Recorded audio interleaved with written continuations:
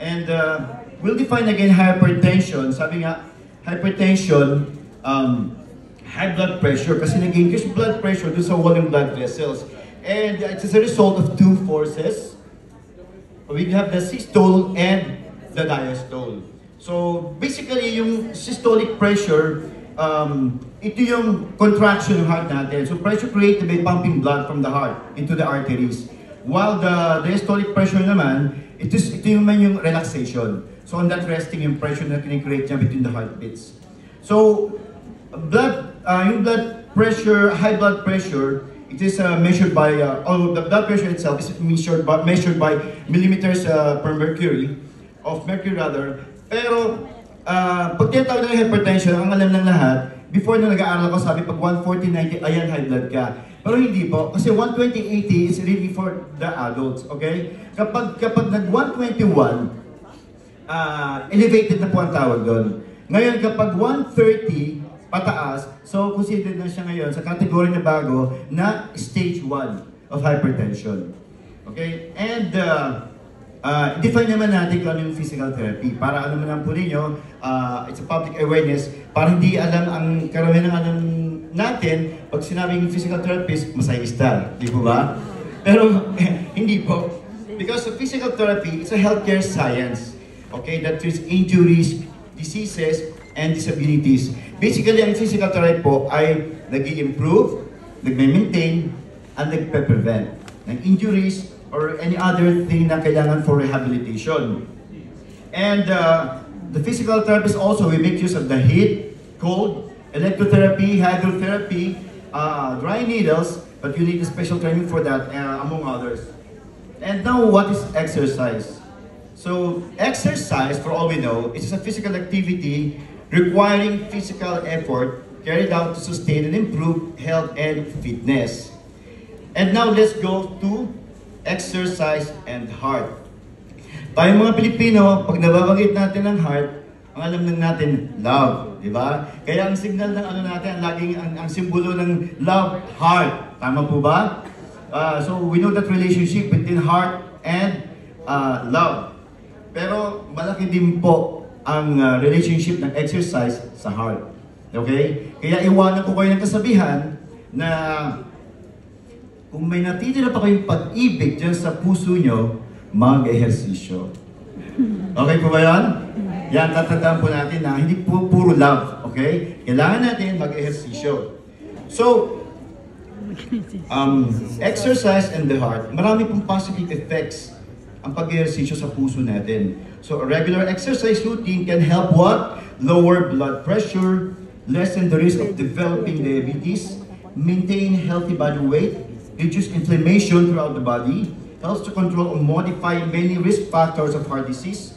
It also improves muscles' ability to pull out oxygen, so reducing the need for that to pump more blood sa muscles. And also it reduces stress hormones, okay, that can put extra burden sa puso. It can also work like a beta blocker to slow the heart rate and lower the blood pressure and increases yung ano natin, good cholesterol na tinatawag, the lipoprotein, and helps control like triglycerides. So marami pong pag-aaral na ginawa na nakita nila na ang mga taong nag-ehersisyo ng regular, okay, well, less likely would suffer a sudden heart attack or life-threatening diseases, okay, lalo yung mga cardiac events. So, napaka-importante po na tayo ay mag-ehersisyo. Exercise alone can help with weight loss over a long period of time. Pero kung gusto niyo namang mapadali, yung short-term approach, kailangan mo natin, sinabi ng dietitian natin, no, i-reduce natin yung number of calories. Okay? Pero, mas marami yung pakakawalan natin calories through what? Exercise. Okay? So, bawasan natin ang calories, pero madami ang ilalabas natin through exercise. Now, ano po ba yung ideal exercise for the heart? Well, the best exercise, it should have a positive effect on the heart. When you say positive, hindi siya makaka-endure, di ba? And improves the musculoskeletal system. So, katulad po niyan yung mga aerobic exercise, resistive exercises, flexibility, breathing exercises, for at least a minimum of 30 minutes daily, 5 times a week. Tandaan po natin ha, at least 30 minutes. Baka naman sabihin nyo, 30 minutes, pwede bang 10 minutes, tapos mamaya 10 minutes. 30 minutes po na tuloy-tuloy. Kasi we need that endurance.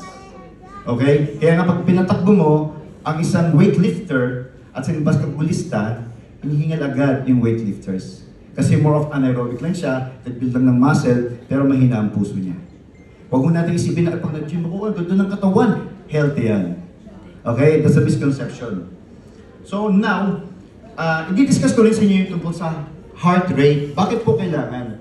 Kasi ganito po yan, pag nag-exercise po tayo, kailangan alamin natin kung ano yung target heart rate natin. Hindi po pwedeng sasabak ka sa gera, okay, din mabilisan ka agad, hindi po pwede. Kasi ang puso natin pwedeng mabigla. Okay? Kaya pag may nag-invite sa inyo na magsusumba ko, join ka kaagad, hindi mo alam meron ka na palang underlying conditions. Okay? Kaya kailangan po talaga very sensitive tayo sa mga katawan natin. We need to be sensitive with our body. Although sinabi nga kanina sa lecture, and yet hypertension, maraming asymptomatic. Okay? So ano maganda? So at least nag-monitor tayo. Alam niyo po ba na even for children now, they have to be monitored sa kanilang blood pressure. Even children has to be monitored sa blood pressure. Kahit wala kayong nararamdaman, magpa-check kayo ng BP ninyo. So the target heart rate is the ideal number of heartbeats per minute during the exercise. So anong ginagawa doon? 220 minus po ang edad ninyo. At pag nakuha natin yung maximum heart rate, ikakalculate na natin yun by 50 o 85%. So yun ang magiging target heart rate natin para lang sa moderate to vigorous exercise. We will not gonna do the maximum kasi hindi po pwede. So from moderate to vigorous, para sa ganon, yung heart rate maintain natin to have a healthy heart. Okay? Kasi pag minimal, wala rin mangyayari. Okay? So parang hindi nagkakaroon ng good effect sa heart natin yon. So this range would help ensure yun na yung walk-up natin will be intense enough to be effective, pero hindi siya extraneous para maging unsafe at magkaroon pa siya ng damage sa heart natin or sa mga joints and muscles. So let's say you are a 50-year-old person. So 220 minus 50 is equals 170 beats per minute. Yan po yung ating maximum target heart rate natin. Pero hindi yan yung heartbeat natin na dapat i-check. Ano po yun? So i-determine natin yung target heart rate zone natin. Pag sinabing moderate, so kukunin natin yung 0.5% to 85, moderate to vigorous. Pwede natin hahatiin po yun. So pwedeng moderate intensity between 50% to 70% of the maximum heart rate natin. And then for vigorous naman, 70 to 85. So most probably we could get 85 to 119 beats per minute for the moderate exercises and 119 to 145 for the vigorous. Paano po yun? Okay? Para malaman natin, pag nag-exercise kayo, okay? Then after that, you're gonna take that pulse rate, ang target heart rate ninyo, putting your index finger and the middle finger dito po sa wrist natin, dito sa radial part yung may sa may thumb na area kasi andyan po ang pulso natin, or sa neck part, for the carotid. For 15 seconds and multiply it by 4. Ang gagawin natin, bakit kailangan yun? Kasi let's say, hindi kayo pwedeng mag-exercise ng basta-basta lang na gusto ninyo. Kasi pag sumobra, hindi mo alam, overloading pala sa'yo. E paano kung may underlying conditions ka? Pwede nga atakihin. Okay pa?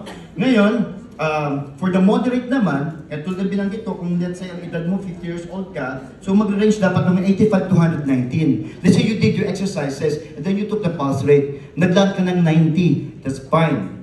So pag lumagpas ka, ibig sabihin doon medyo vigorous yun. Okay? Pwede ka pa rin, kung wala kang problema, hindi ka na nahihilo. Okay? So pwede po yun up to vigorous activities. But more than that, pwedeng hindi magiging magandang epekto naman sa atin. Okay? And bakit po importante?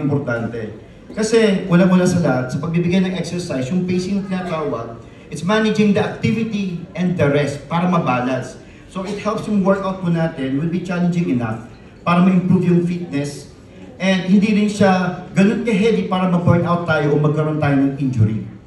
Second, for our health, so exercising within your target heart rate can improve your cardiovascular health. And the goal is, it's a way to track your progress and ensure na yung workout ninyo ay effective. at na-meet nyo yung health and fitness goals po natin. Kaya napaka-importante nung magkaroon din tayo ng warm-up and cool-down na tinatawag pag nag-exercise. Hindi po pwedeng takbo ka kaagad, okay? Di ba anong nararamdaman natin? Hinihingal tayo. Di ba? Halimbawa, pag nagkaroon ng biglang may sumabog, nagulat ka, takbo ka agad. Ano nararamdaman natin? Ang bilis ng takbo ng puso, hinihingal tayo, hindi natin alam. Di ba? Minsan, hawak-hawak ng chest kasi nagkakaroon ng chest pain. Kasi nabigla. Okay? So, when we're doing the exercises, kailangan, meron po tayong warm-up and cool down. So, around 15 to 30 minutes na, let's say, lakad ka lang ng ganyan, para yung heart mo, nare-ready unti-unti. So, parang sasakyan, hindi pwedeng start pa doon. Maximum ka ng 120. Pinapainit mo ng engine. Same thing with our body. Okay? So, hindi po dapat siya binibigla. And, sa pag-check din ng heart rate natin, aside dun sa sinabi ko sa inyo, pwede rin kayong gumamit ng mga wearable fitness trackers like what I'm wearing right now, yung mga smartwatches. Kasi dito, makikita pwede may check yung heartbeat mo, even for your oxygen. I-remind kayo niya, uy, kailangan mo nang tumayo kasi wala kang activity. Nakaupo ka na ng matagal. Kaya hindi rin maganda yung natutulog ng matagal. Yung haba-haba ng tulog kasi babawi. Okay? Pag sumobra ka, let's say 8 to 10 hours, hindi na rin magiging magandang effect sa atin. Actually, aminin natin, marami sa atin gano'n pag off, di ba? Walang gagawin, manood ng Netflix, nakahiga. At minsan kakain tayo, katabi natin pagkakain makakatulog na. Tama po ba? Most of us are guilty, and that's a very bad habit. Yung pagkakain, makakatulog ka agad. So, how to manage hypertension with physiotherapy? Also, this is an effective approach because it can make a significant difference overall ng health po natin. So, physiotherapy focuses on exercises that improve circulation and reduces blood pressure. So pag regular po tayo na may activities, lumalakas ang puso natin, allowing it na mag-pump yung blood natin efficiently. So ang physiotherapist, we will assess your condition and create yung personalized plan tailored sa needs ninyo. Okay? Wala itong one size fit all. Pwede siguro nagkasabay kayo, pero maaaring magkakaiba. Ano ba yung advantage kapag halimbawa, let's say, for us a physical therapist who will gonna design, alam natin sa mga gym, some of them by experience, or they took a short, certain course, or graduate sila ng sports science, or let's say, or physical education. They have a knowledge about giving the exercises, but the advantage of the physical therapist is that the physiologic, anatomical, and everything, and even if may injury, so well-versed ang physical therapist in terms of that. Okay, and the common exercises, katulad po ng aerobic activities, it can help lower the blood pressure and improve cardiovascular health. The resistance training, katulad po sinabi ko, nag-enhance ng muscle strength and boost metabolism. So also the physiotherapist will guide you through the proper techniques to ensure safety and effectiveness. And likewise, physiotherapy also can educate you on your lifestyle changes that support blood pressure management. So, kanina dinefine natin yung hypertension. It is a high blood pressure, sabi natin, no? And binanggit ko rin kanina, 130 over 80 is already considered as hypertensive. So, ano naman po yung mga risk factors? So, unang-una, syempre, edad. Yan. Kung napapakita, sino ba dito for the above? Huwag na. Okay? Pero marami akong kilala dito na year 2000, nandito na rin. And yes, age counts. Okay? At just to let you know din na may mga tao din na minsan pag nagpa-check sila, ang BP niya 150 over 90 or 100. Maririnig niyo minsan sa doktor, yun ay maintaining blood pressure nila. Okay? So it varies from one person to another. Mataas, base dun sa normal na pinag-usapan natin. Pero they're already on their medications.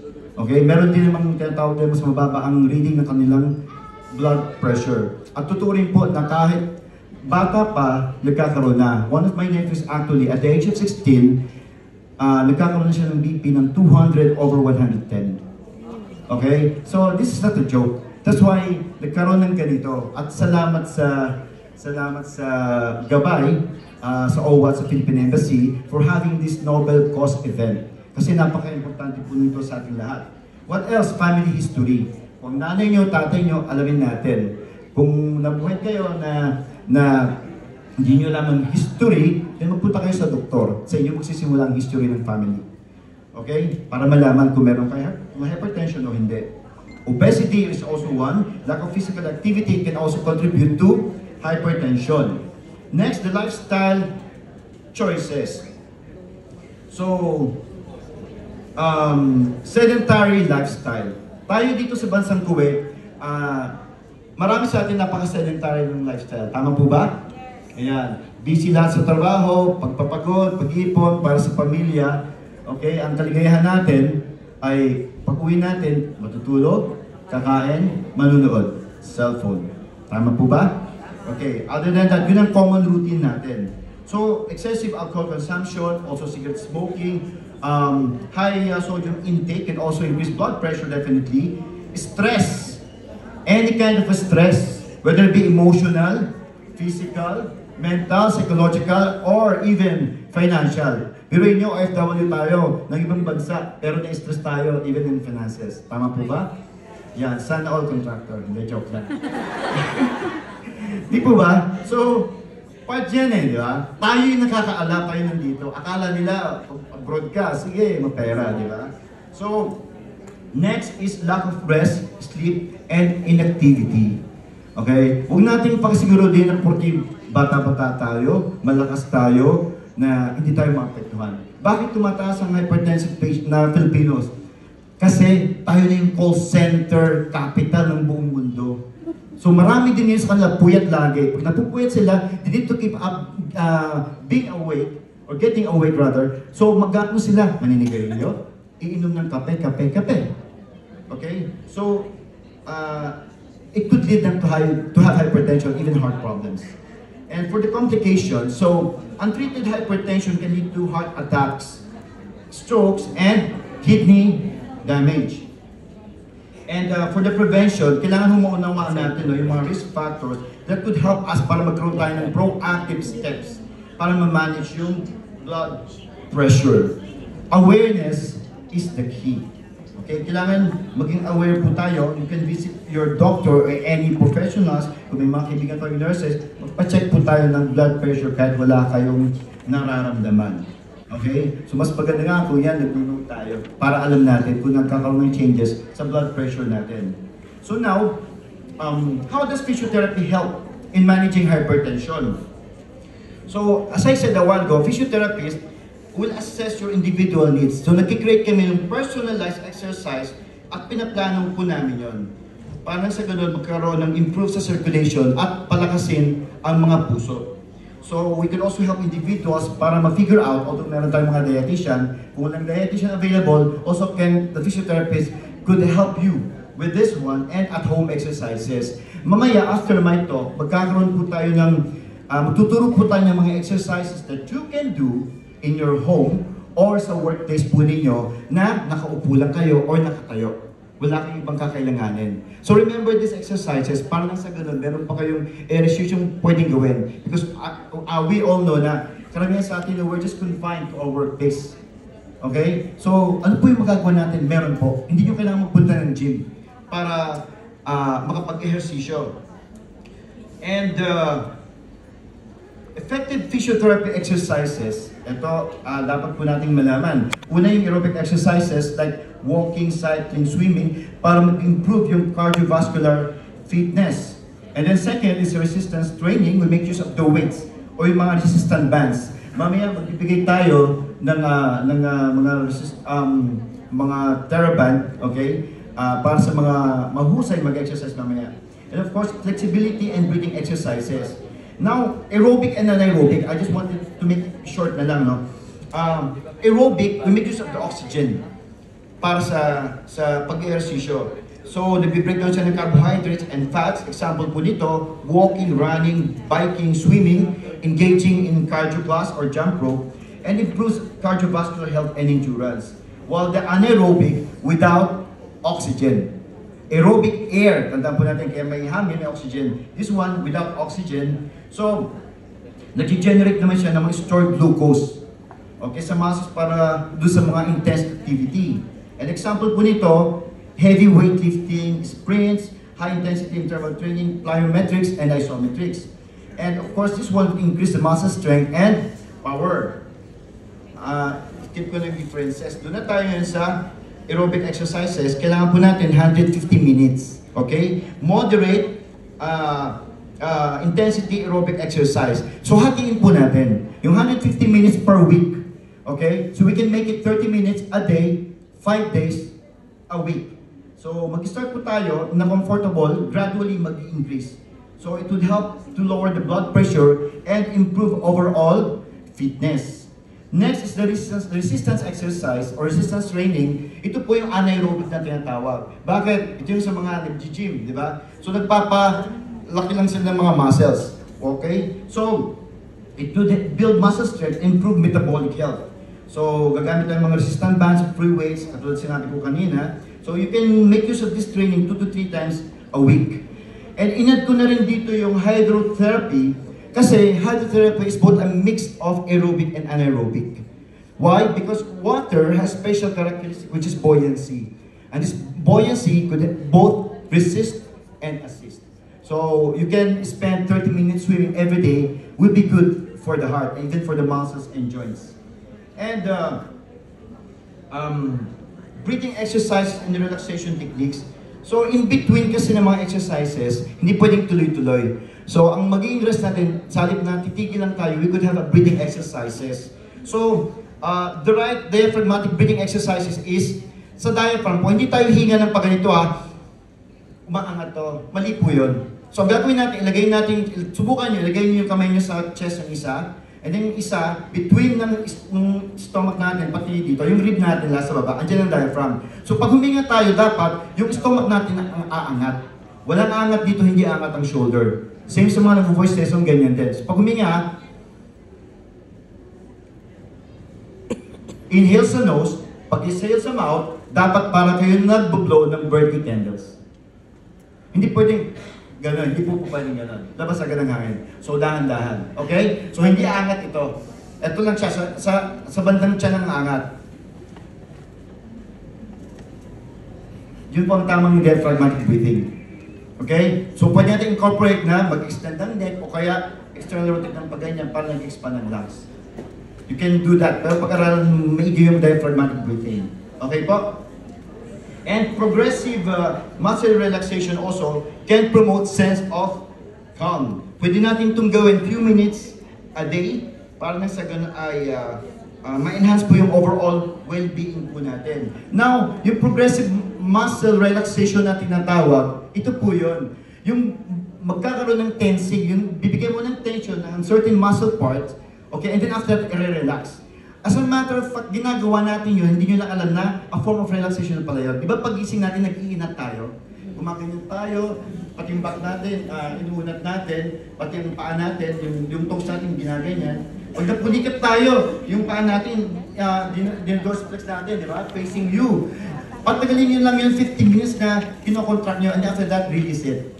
So yun po yung progressive muscle relaxation. And it's one way of to calm you and to relax. Nakaka-reduce din po siya ng anxiety and stress. So marami din po yan, pati po yung kapag nagbabalsa, halimbawa yung pagtampo natin, para pa kayo nadudumi, pinipigil nyo, iniipit nyo ng dalawang buttocks ninyo. It's also a way of progressive muscle relaxation. Even yung pagpapagis ng muscle na ganun sabay. Ngayon, kung may problema kayo dahil medyo meron kayong mga conditions na bawal yung Valsalva maneuver, you need to count. Because when you're doing exercises and you are counting, then you are breathing. Para hindi po kayo kaagad mapapagod. Okay po? So now, developing personalized physiotherapy plan, unang-una nga sa lahat, nagkakaroon po ng consultation initial assessment. Kailangan po namin gawin yon para sa ganun, malaman namin kung ano po yung mga, let's say, blood pressure history nyo, what are the medications that you're taking, or maybe you have got some other underlying conditions. So we perform the assessment, evaluate your fitness level para malaman kung hanggang saan ba ang kakayanin po ninyo. And we need to identify the areas na kailangan bigyan ng attention, whether doon pa tayo sa endurance o sa muscle strength ang kailangan nyo. So, it might include also measuring your heart rate activity and your range of motion. Next is creating a tailored physiotherapy exercise program. Katulad na sinabi ko, individualized ang i-design para sa inyo na exercise plan ng mga physiotherapists. And that includes those aerobic, resistance, of course with deep breathing and stretching exercises. And third is monitoring progress and adjusting plan. Kasi hindi naman po natatapos na in-assess namin kayo at ganoon ang plano, pero hindi namin kayo monitor, i-adjust yung plan. Kung kayo nahihirapan doon sa mga exercise ninyo, o baka nabuboard na kayo, then we can do something about that as well. That's why sometimes when kaya nyo, pwede kang magsama ng kaibigan mo para sa na same level ang pwedeng maging fitness po ninyo. Okay? And we come to the last part now, bago po dun sa gagawin po natin. So, the long-term benefits of physiotherapy in hypertension management. So, kailangan na mag-ehersisyo tayo. Una-una sa nagiging benefit natin ay nag-i-improve ang cardiovascular health po natin. So, regular exercise strengthens the heart at nag-enhance siya ng blood circulation. So, nag-lower siya ng resting heart rate at nagre-reduce ng blood pressure levels. So, the physiotherapist, tutusin yung mga exercises na kakailanganin ninyo. Para sa ganun, it would help also to prevent complications na po pwedeng associated with hypertension, such as heart attacks and strokes. And second, sustained blood pressure control. So, with that regular exercise, hindi po pwede kasi nag-exercise tayo ng one time, big time. Yung nag-exercise tayo for this week kasi may nagaya lang. Bukas wala na. Nagkaya ang maglakad ngayon lang, tapos wala na. So gawin po natin regular yung pag-exercise natin. Okay, to help keep our blood pressure within that healthy range. Okay, and of course doing that aerobic exercises. Number 3, stress reduction and relaxation. So high stress can elevate blood pressure. Kaya very crucial ang pagmamanage po nito. So, tinuturuan natin yung breathing exercises. Ngayon, alam niyo na, diaphragmatic breathing. Alam niyo na rin yung progressive muscle relaxation. Ano po yung benefit nito? Kasi it could calm your mind and body and can lower also your stress levels. And you can do that 10 to 15 minutes a day. Okay? And number 4, better weight management. Okay? Bakit importante sa atin? So maintaining a healthy weight can help lower the blood pressure and reduce the strain sa heart po natin. So the physiotherapist will design an exercise program na magsusut doon sa fitness level po natin and yung weight loss goals natin. So pwedeng mag-mix ang aerobic and anaerobic. That's the resistive exercises. So 30 minutes walking with the resistive exercises would do. Kaya mamaya meron kaming sa mga magaling mag-ehersisyo, yan, mananalo sa mga TheraBand and Cord for resistive exercises. And lastly, reduce risk hypertension complications. So again, regular exercise, it could lower the chances of developing health issues like heart disease or stroke. Again, aerobic exercises, okay, kakailangan natin resistive exercises para mag-improve ang ating overall cardiovascular health. And the physiotherapist will teach you about also the lifestyle changes to help reduce this risk and maintain balanced diet and managing the stress. Okay? And yung sinabi ko ng warm up and cool down na exercises, pwede po yung treadmill or bicycle ergometer. Let's say for 15 minutes. So before, gagawin ninyo, and after, ganun pa rin ang gagawin ninyo. Para pang cool down. Para unti-unti, let's say ginawa ka exercises na medyo vigorous, then unti-unti, bagalin, dahan-dahanin. Okay? Kaya di ba kapag gumagamit ka ng treadmill, una mabagal, pabilis, tapos sige, takbo kayo, let's say for 15 minutes. After, hindi po pwede hinto ka agad. Okay? So, isiset niyo ulit siya na ibabagal, dahan-dahan, unti-unti. Okay? Bakit? Kasi masama yung biglang hinto. Ang heart mo, although tuloy pa yung mag-beat, but it's not good for the heart. Okay? So, huwag po natin gagawin yun. Kaya kung makikita natin, let's say, napagod kayo, let's say pag-ehersisyo, gumagalaw-galaw pa rin kayo. Unti-unti. Kumbaga, mula segunda, hanggang primera, hanggang sa maging neutral. Okay po? So, I guess, yun lamang. At maraming salamat sa namin natutunan po kayo. Thank you.